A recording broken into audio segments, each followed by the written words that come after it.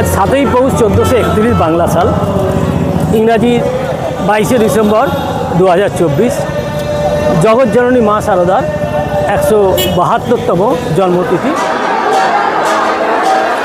মায়ের এই 172তম জন্মতিথিতে হাজির হয়েছি।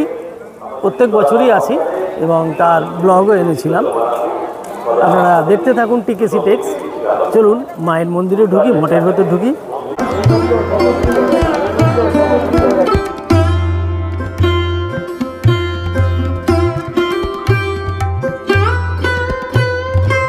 গঙ্গা প্রবাহিত, সময় প্রবাহিত, আর আমরা ফিরে গেছি অতীতকে স্মরণ করতে। 172 বছর আগে সেই মায়ের জন্মতিথিকে স্মরণ করার জন্য এসেছি বেলুড় মঠে। যথারীতি এখানে মা সারদা দেবী পূর্ণ জীবন গাথা ছবির মাধ্যমে তুলে ধরা হয়েছে। প্রতিবার যেমন করা হয়, এবছরও করা হয়েছে। মা শারদাকে কালী রূপে দেখানো হয়েছে।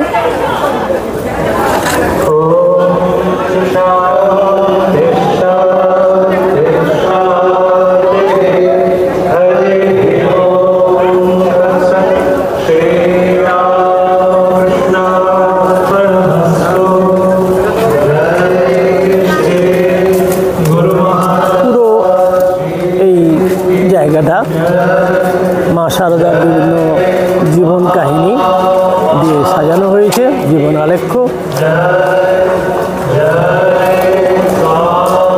এই সেই মুহূর্ত যেখানে নিবেদিতার সঙ্গে মায়ের সাক্ষাৎকার হচ্ছে। এটা অনেক পরের ছবি, ঠাকুর তখন দেহ রেখেছেন।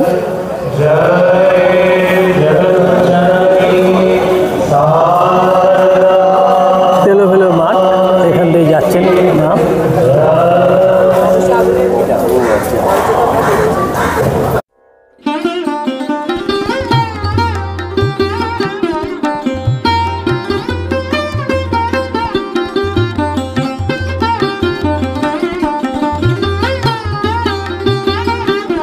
পূর্ণসলীলা গঙ্গা, স্রোতস্বিনী গঙ্গা, মায়ের ঘাট, বড় একটা বোট যাচ্ছে। তো এইখানে এক সময় জগৎজননী এই ঘাটে এসে স্নান করতেন, ঘাটে আসতেন। আমরা আজ এসেছি মায়ের 172তম জন্মতিথিতে বেলুড় মঠে। আজ থেকে 172 বছর আগে এমনি এক শীতের দিনে কামারপুকুরে থেকে আরও 3 কিলোমিটার দূরে গেলে জয়রামবাটি, পূর্ব জয়রামবাটিতে মায়ের যে জন্ম হয়েছিল জগৎকে উদ্ধার করার জন্যে, যিনি পরে জগৎ জননী রূপে পরিচিত হয়েছিলেন। মন্দিরে যাওয়ার লাইন, মায়ের মন্দিরে যাওয়ার লাইন পড়েছে, লাইন গেছে দিয়ে লাইনটা উঠেছে। এই মায়ের মন্দিরে যাওয়ার লাইন।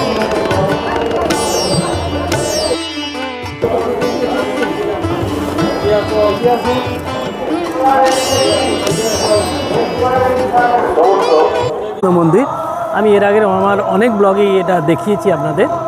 আজ যেহেতু সারদা মায়ের জন্মতিথিতে এসেছি এখানে, তাই আরেকবার এই মন্দিরটা দেখে নেব, বিবেকানন্দের পায়ে প্রণাম জানাবো।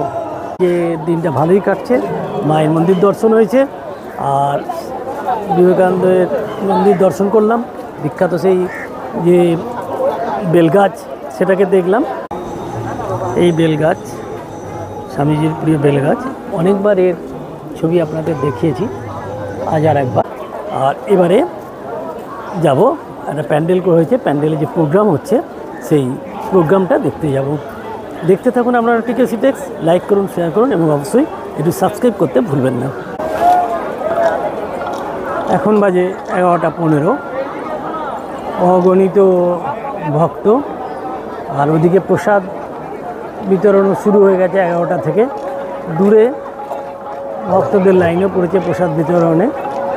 আর মঠ চত্বর এখন কানায় কানায় পূর্ণ বলতে পারি, লোকে লোকারণ্য। আর ওইদিকে প্যান্ডেল যেটা হয়েছে মায়ের মন্দিরে, মায়ের পুজো, হোম চলছে। হোম একটু পর শুরু হবে। এদিকে ভিড়, এইদিকে আসবেন না, ওইদিকে পেছনে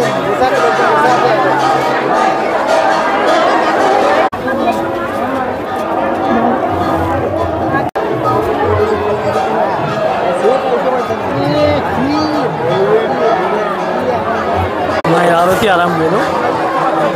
ঘড়িতে এখন 11:40।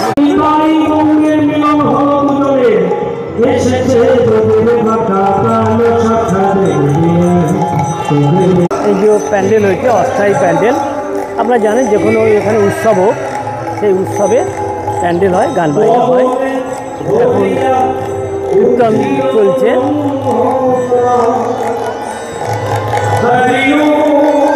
এই প্যান্ডেল দুর্গাপুজোর সময় এখানে প্যান্ডেল হয়। এবার প্যান্ডেলে প্রস্তুত।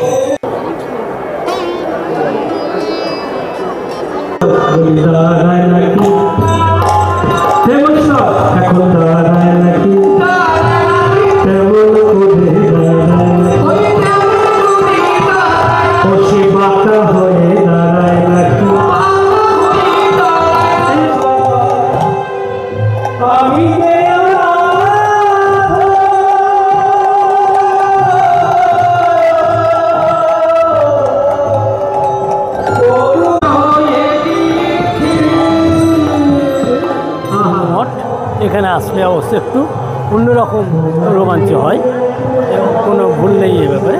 এখান থেকে রামকৃষ্ণ মঠ এবং মিশনের কাজকর্ম একসময় চলতো।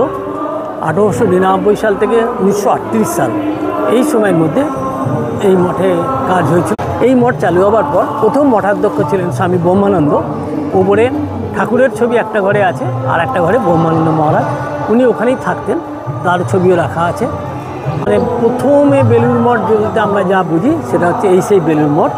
আর এই আম গাছ, আর এইখানে ছিল, এই বিল্ডিংয়ে যাব, এই বিল্ডিং হচ্ছে স্বামীজির ঘর। বিবেকানন্দ মন্দির বলতে পারলে পুরনো মঠ যখন ছিল, সেই পুরনো মঠের সময় এইখানেই স্বামী বিবেকানন্দ থাকতেন। স্বামীজি এই বাড়িতেই তার দেহ রেখেছিলেন।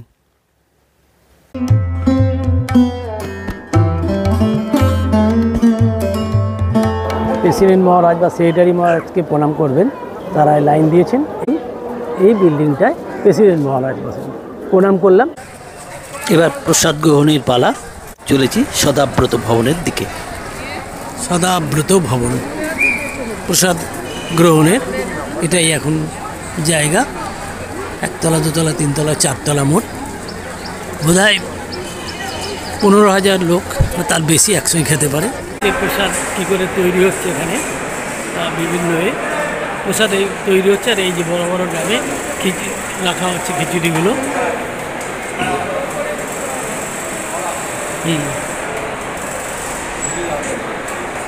সম্পূর্ণ যান্ত্রিকভাবে প্রসাদ তৈরি হয়। সারদা মার ছবিকে সামনে রেখে প্রসাদ গ্রহণ করলাম, খিচুড়ি, চাটনি এবং লাড্ডু। আমার এর অনেকগুলো ব্লগ আগে যে ছেড়েছিলাম, তাতে এই প্রসাদ গ্রহণের বিস্তৃত বিবরণ দিয়েছি, আপনারা পারলে দেখে নেবেন। আজ শেষ করার পালা, আজ শেষ করছি। আবার দেখা হচ্ছে পরবর্তী এরকম একটি ব্লগে। দেখতে থাকুন টিকেসি টেক্স। রামকৃষ্ণদেবের চরণে আভূমি প্রণাম ও মা শারদার চরণে আভূমি প্রণাম জানিয়ে আজকের এই ব্লগ শেষ করছি। ধন্যবাদ।